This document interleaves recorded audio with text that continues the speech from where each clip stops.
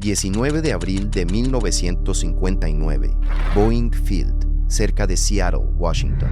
Un jet completamente nuevo está en la plataforma, brillando, con el fuselaje blanco atrapando la suave luz de primavera. Este avión acaba de salir de la fábrica, está destinado a Braniff Airways y todavía huele a primer sellador y tapicería nueva. En la cola, el futuro de los viajes a reacción está pintado en colores corporativos brillantes. Adentro, 8 personas se mueven con una tranquilidad segura, casi en silencio. No son turistas, son profesionales y están aquí para llevar los límites un poco más lejos. El capitán Charles Chuck Baum, piloto de pruebas de Boeing y exaviador militar. Estoy acostumbrado al alto rendimiento, a los márgenes y envolventes de vuelo, a explorar los límites de lo que las alas pueden hacer. A mi lado va un copiloto de la compañía. Detrás de nosotros, un ingeniero de vuelo de Boeing, un piloto representante de Braniff y otros especialistas. Más atrás, en la cabina, 4 observadores más de la compañía se acomodan en el área vacía de pasajeros, rodeados de paneles expuestos y equipo de prueba. Este no es un vuelo de aerolínea de rutina. Este avión nunca ha llevado un pasajero que pague boleto. Lo están exprimiendo, revisando, domando.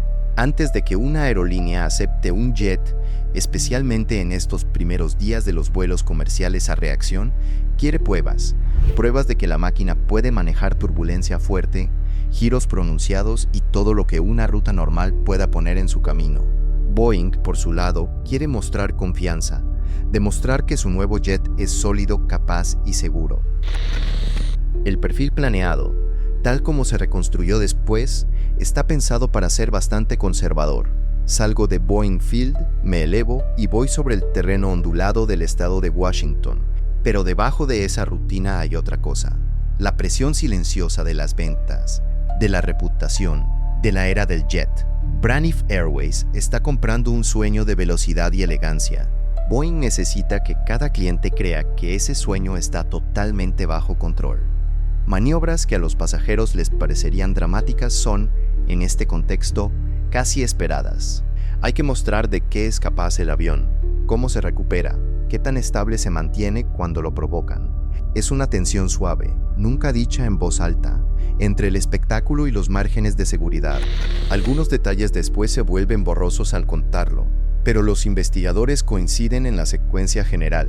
La tripulación empieza con las demostraciones de alabeo holandés. Con el amortiguador de guiñada encendido, el avión debería oponerse suavemente a ese movimiento serpenteante, esa oscilación de lado a lado. Con él apagado, el jet puede deslizarse y bambolearse, enseñando a los pilotos tanto precaución como control. En algún momento desactivan el amortiguador de guiñada. Ahora el jet responde con más libertad a los movimientos de timón y alerones, y el cielo afuera empieza a moverse en un patrón ligeramente antinatural, como tejido en curvas lentas. El capitán Baum, con experiencia y seguridad, maneja los controles y presume de la estabilidad del jet, pero el Dutch Roll es engañoso. Cuando lo provocas de forma demasiado agresiva, el movimiento de alabeo y guiñada empieza a alimentarse a sí mismo. En lugar de apagarse, el movimiento puede crecer, la nariz oscila, las alas se inclinan en direcciones alternadas y la cola se tuerce contra el flujo de aire. El metal y los remaches no se preocupan por los horarios de demostración, solo obedecen a las cargas aerodinámicas y a los límites estructurales. Desde el suelo, algunas personas después cuentan que ven el gran jet bamboleándose en el cielo, inclinándose a la izquierda y a la derecha en un ritmo extraño. En la cabina, los instrumentos parecen bailar fuera de sincronía. Aquí es donde los márgenes empiezan a desmoronarse. Cuando un jet de ala en flecha entra en un Dutch Roll fuerte, las cargas en las raíces de las alas y en las barquillas de los motores se disparan. Los motores, en este diseño, cuelgan de góndolas bajo las alas, sujetas por pilones diseñados para flexar dentro de un cierto rango. Ese rango no está pensado para torsiones violentas y repetitivas. En la cabina, 3 golpes secos revientan por encima del ruido, descritos después como golpes explosivos más que simples sonidos mecánicos. Todo el fuselaje se estremece como si algo lo hubiera golpeado. En las alas, la teoría más pesimista se vuelve realidad.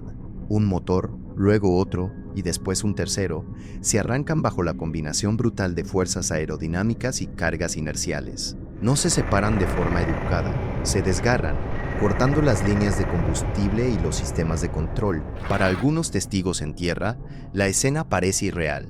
Un jet dejando una estela de humo y restos. Por dentro, todo cambia en un abrir y cerrar de ojos. Perder 3 motores no es solo un problema de empuje, es una pesadilla de equilibrio y control. La resistencia y el peso asimétricos desaparecen de un lado, se quedan del otro, y el avión da un tirón brusco. La cabina se llena de luces de advertencia, alarmas principales y el sonido áspero de los sistemas quejándose todos al mismo tiempo. El equipo suelto en la cabina se levanta y luego cae de golpe. Aún así, el jet no está condenado al instante. Un motor sigue aferrado al ala. Hay algo de empuje, algo de control. El capitán Baum y su tripulación luchan por estabilizar el avión herido, peleando contra fuerzas de mando que ningún simulador ha replicado de verdad. A través de expectativas hechas trizas y un miedo que va creciendo, entra en juego el entrenamiento.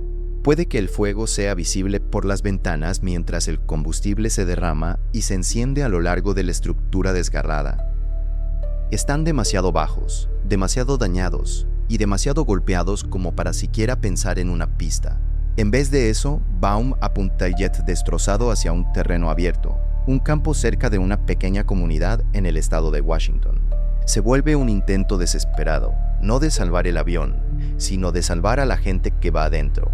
Con 3 motores fuera y la estructura del avión forzada mucho más allá de lo que fue diseñada, la idea de un aterrizaje tradicional ya quedó atrás. Lo único que queda es un impacto controlado, si es que todavía queda algún tipo de control. El descenso es una pelea constante contra la resistencia asimétrica y la autoridad que se va perdiendo sobre los alerones y el timón. Los sobrevivientes después describen la sensación de que el avión se desliza de lado con el ángulo mal. El paisaje empieza a llenar las ventanillas de la cabina, árboles, campos y edificios dispersos que se acercan cada vez más. El impacto es brutal. El jet se estrella contra el suelo, perdiendo velocidad, estructura y partes en una avalancha rugiente y chirriante de metal. La sección frontal se lleva lo peor. El fuego brota alrededor de los restos cuando el combustible derramado se enciende, convirtiendo el metal retorcido en una silueta ardiente sobre el pasto y la tierra. Para los que van adelante, las fuerzas simplemente son demasiado grandes. Los 4 tripulantes de la parte delantera, los pilotos y el ingeniero de vuelo, mueren en el accidente. Sus últimos minutos quedan atrapados en instrumentos dañados y controles destrozados. Pero en la sección trasera del fuselaje se despliega un milagro de supervivencia. La estructura ahí se mantiene relativamente más intacta. La desaceleración se reparte un poco más. El fuego tarda más en invadir. 4 ocupantes en la parte de atrás sobreviven al impacto, golpeados y heridos pero conscientes, rodeados de humo, paneles destrozados y la increíble sensación de que siguen con vida. En las semanas que siguen, los investigadores revisan pedazos de aluminio chamuscado y pilones destrozados, tratando de entender cómo una demostración terminó en desastre. Mapean la secuencia de Dutch Roll, analizan las entradas de control y estudian los soportes de motor rotos. Se va formando un consenso. El avión fue forzado a entrar en un Dutch Roll muy fuerte, más allá de lo que la estructura y los pilones estaban diseñados para aguantar. Las oscilaciones se dejaron crecer y los intentos de corrección amplificaron el movimiento en lugar de amortiguarlo. Las cargas aerodinámicas del fuerte movimiento de guiñada y alabeo sobreexigen los soportes de los motores. 3 motores se separan en pleno vuelo, causando una pérdida catastrófica de empuje y de control. El diseño en sí mismo queda bajo la lupa. ¿Qué tanta tolerancia debería tener un avión comercial frente a un Dutch Roll mal manejado? Boeing responde reforzando los pilones de los motores y revisando los procedimientos. Los operadores afinan la capacitación, poniendo más énfasis en entender el yaw damper y en los peligros de usar el timón y los mandos de alabeo de forma agresiva en reactores de ala en flecha. Este accidente se vuelve casi legendario entre la gente de vuelos de prueba, como una lección dura, grabada en aluminio. Muestra que incluso pilotos con mucha experiencia en un jet totalmente nuevo pueden cruzar esa línea invisible donde la demostración termina y empieza la destrucción. Obliga a los fabricantes a proteger mejor contra oscilaciones extremas y le recuerda a las tripulaciones que las estructuras tienen límites, por muy modernas que parezcan. El metal se dobla, los pernos se rompen, los motores pueden desprenderse si se provoca al cielo. Sí que 3 motores arrancándose en pleno vuelo deja al descubierto la violencia oculta de las cargas aerodinámicas. Otra historia revela cómo una estructura puede abrirse como una lata y aún así seguir siendo volable. Para entender lo frágil y resistente que puede ser el fuselaje de un avión comercial cuando todo el techo se desgarra sobre pasajeros aterrados, tienes que ver lo que pasó en el vuelo 243 de Aloha Airlines, con el techo arrancado en pleno aire. Nos vemos allá.